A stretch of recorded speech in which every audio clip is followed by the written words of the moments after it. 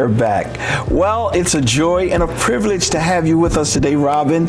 Robin is going to come in the different forms because she's had a plethora of experience as it relates to the political field, as well as even running for office. So I thought, when looking at our membership, who would be one of the best people to help us get this vote out? And she popped up in our spirit right away, and I'm very glad that you're with us today. Mrs. Trustee Robin Whitaker. How are you? I'm fine. Thank you so much, Pastor Curry. Thanks for having me. Well, it is a joy and a privilege to have you today. I just want you, before we get started, just tell us a little bit about Robin and her journey, because I want the people to know how blessed we are at East Iron Fair to have you with us. Okay. So from a family's perspective, I've been married to my husband Curtis for over 35 years. We've known each other for well over 40 years. We have two grown daughters. Both are married. One is, I have a new grandson, so God has blessed us tremendously in that area. From a career perspective, do want to point out that I started off as a single mother and on welfare, and I decided that was not my end state, that I wanted more out of life. So I went back to school. I got my degree. I got my degree in information systems, which is a career path that typically folks my age do not pursue. Right. If I had gotten my degree when I was at the right time, I wouldn't have gotten it in IT because that wasn't a offered career path at that time. So I got my degree in IT, and considering that I had well over 25 years of project management experience, combining that with a degree, it set me up for a very lucrative career path in information systems, and have been a solution engineer, which is someone who demonstrates the capabilities of a software product to large cap companies, the DuPonts, the Dows, the larger organizations. And I support sustainability solutions in that industry. Wow.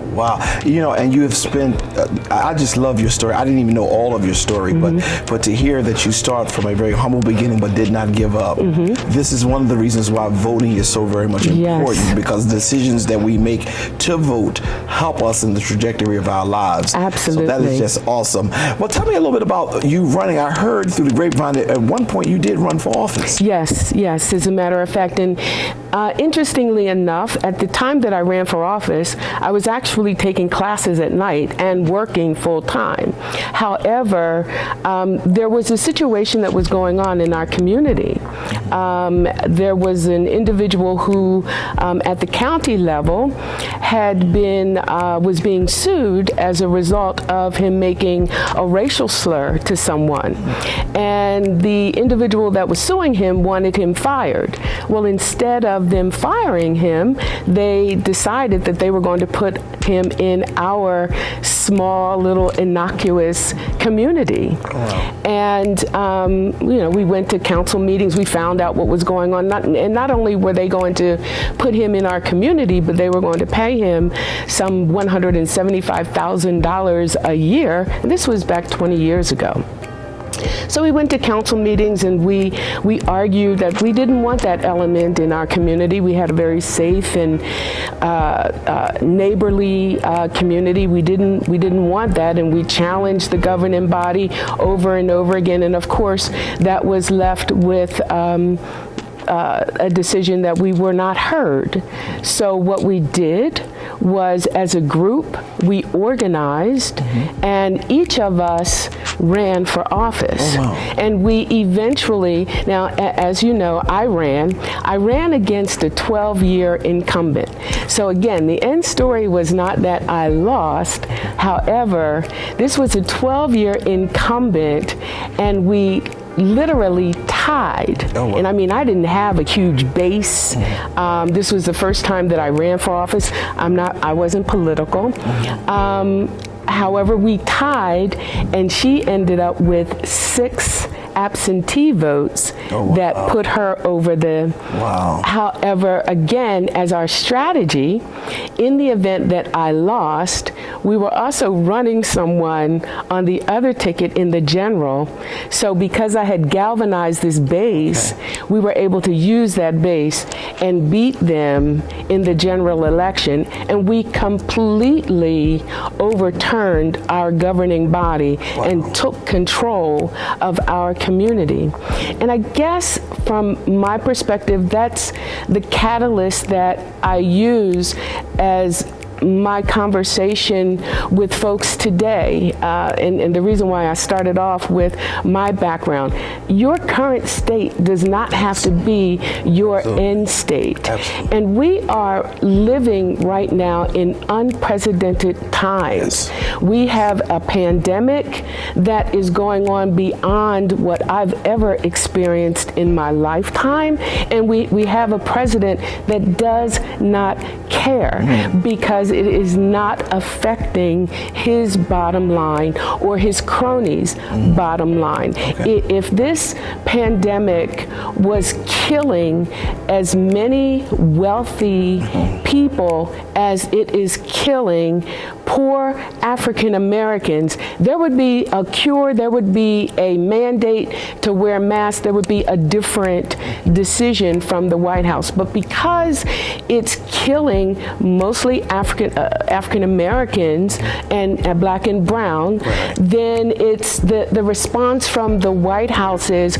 we're not going to do anything about it. They've got this herd immunity mindset where more people, if the more people that get it, even though with this herd immunity we anticipate losing over 2 million people, it's fine. This is the direction that we go in. That's not acceptable. No. That should not be acceptable. And again, in order to overcome these kinds of obstacles, it is not easy. It's not the way the political process has created such a convolution of misinformation. It's difficult even to navigate the political process, which is why I'm so grateful that you gave me the opportunity to be here and to share my political perspective. But you have to work hard. You have to decide that I am not going to give up. I am here in this is as much my country, my community, my family, and I have a responsibility to do whatever I can to defend it. Now, I'll be perfectly honest with you. As I mentioned to you, my economic position in life would put me in a position where I might align more favorably in a Republican environment. Okay. It's difficult for me because I work with people who love Donald Trump, and they love Donald Trump because their 401ks are looking fantastic. There is a distinguishable difference between the Wall Street and the economy because people like Donald Trump have been soaking our tax dollars into Wall Street to keep capitalists fat and happy. However, I have a faith. I have a belief. I have a conscience. I have a heart. And I cannot just sit back and say, well, hey, my pockets are lined, so I'm not going to worry about anybody else.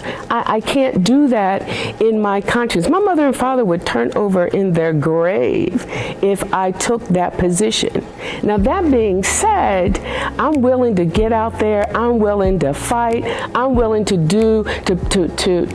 put my voice into this battle, but I need people to exercise their right to vote. Yes.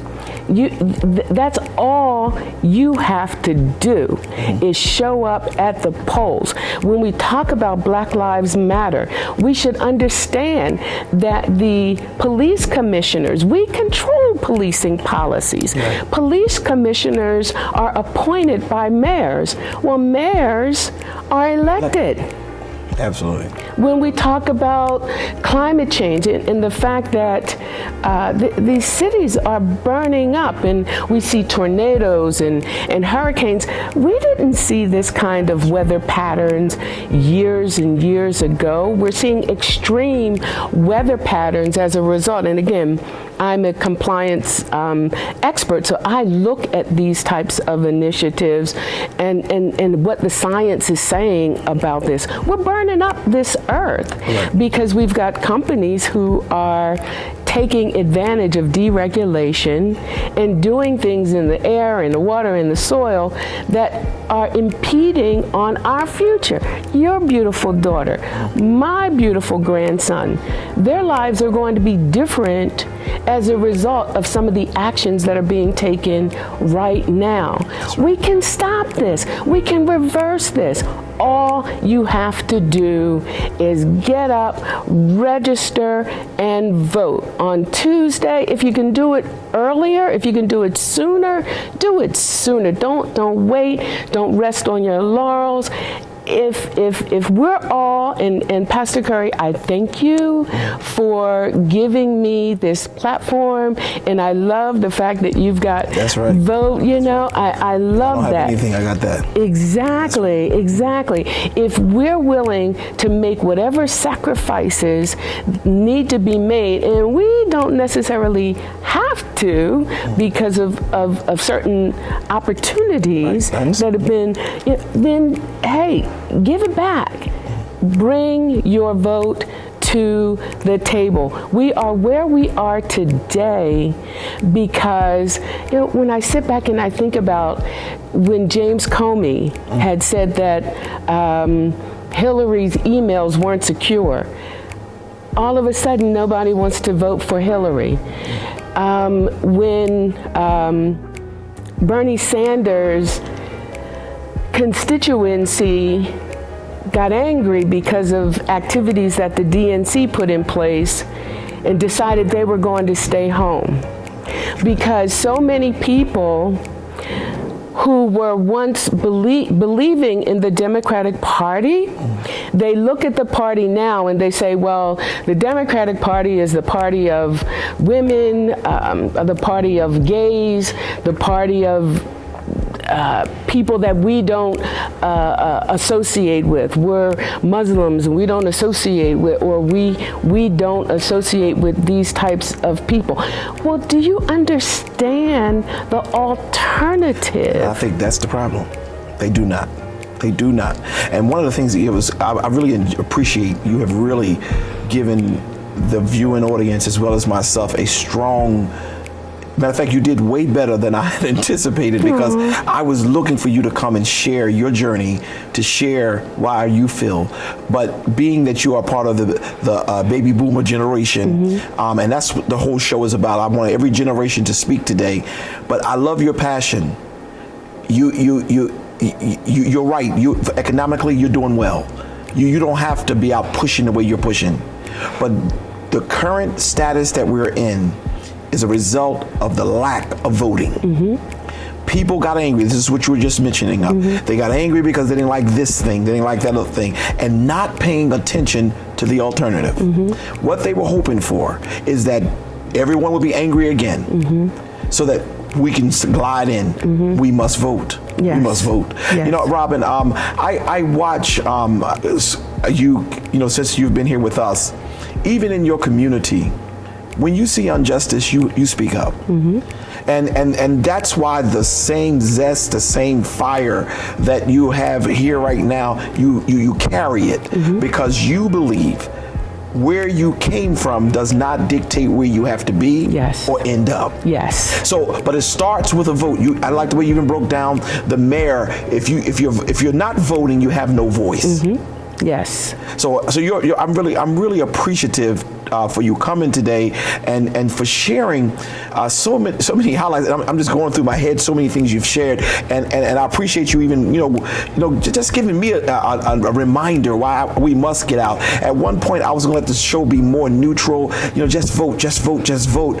But you need to know what you're voting for and who you're voting for. Yes. And not to vote is a crime. Yes. In my opinion. Yes. Not to vote is a sin. Yes. Those of you talked about your faith. Yes.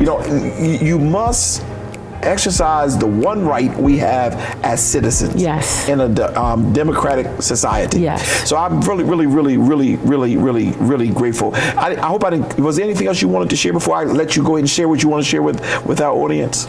No, just wanted to compel people to please get out there and vote. Bear in mind, again, there's a lot of convolution. There's going to be even more confusion about who to vote for and who's the greatest person for, say, African Americans or whatever. Understand that you have the right to vote with whomever you like, but you vote for the entity that aligns with your interest. The Republican Party is the party of capitalists, so they support initiatives that are very corporate oriented, making sure that corporations are funded and corporations are strong. So the alternative to that are, say, unions. So if you're a member of a union, or your dad or your mom is a member of a union, then maybe you should think about voting Democratic. The Democratic Party is the party of the people. It focuses on social initiatives. It focuses on no man being left behind. Yeah. Now, what that means in a lot of cases is your tax base, and you're going to hear about this. Oh, my taxes are going to go up. No, your taxes are not going to go up. There are some taxes right. that's going to go up, but not your taxes. So the Democratic Party focuses on ensuring that your children have a decent education, that your schools are public schools are funded appropriately. So keep in mind which party aligns to your interest, and don't allow the rhetoric to confuse the right path for you to take. And regardless of what this outcome is, if you cast your vote, and you cast your vote intelligently, you think about who aligns to my best interest, then you don't have anything to worry about, because God will look out for those who look out and do the best that they can with the faculties and the facilities that they've been blessed with having. While she was speaking, I also thought about Donald Trump. He had certainly made several comments about, I've done more for black people than anybody since Abraham Lincoln and things of that nature. Don't buy that hype. Yes. I appreciate the government finally giving some money to our HBCUs. I'm a member of a HBCU, but as we listen to Robin today, you have to understand there are people who have pulled themselves up, who may not have had the opportunity in the front end to go to college, made some mistakes in their lives, but they turned their lives around. This is not a part of the alignment of what the Republicans even believe in. Mm-hmm. But what she's showing us is that if you want to align your values with those who certainly understand that we are all created equal, that's why, whether it be the gay community, whether it be the Muslim community, I'm a Christian, but we are all Americans, and we must learn how to be diverse in our thinking mm-hmm. and open to understand what people are doing. So don't buy the suppression mm-hmm. of, well, they don't believe in this and they don't believe in that, and you have to let that go. You must vote. And my whole purpose, Robin, was to make sure I brought every generation. We have our brothers coming who's a part of the millennials. We have children who are coming for the show today. We have some older, and I just want to make sure that everybody here, there is a reason to vote. And if you don't, we're going to end up the way we ended up for the last 4 years, and we must put a stop to it. So, Robin, thank you so much for taking time out. And I want to say something about your two lovely daughters. I know both of them. One, especially the educator, the principal, she and I worked together for a couple of years with a project here in the city, and she is just unbelievable. You showed America, you showed all of our viewers that what it looks like to be a single mother in the front of your life, have your children, and raise two strong, productive. Now you got a little grandbaby, and if you ever see her when she talking about that little baby boy, you think it's hers. So you're a champion. We appreciate you, and as your pastor, I truly appreciate what you do for the community and all who are around us. We'll be right back.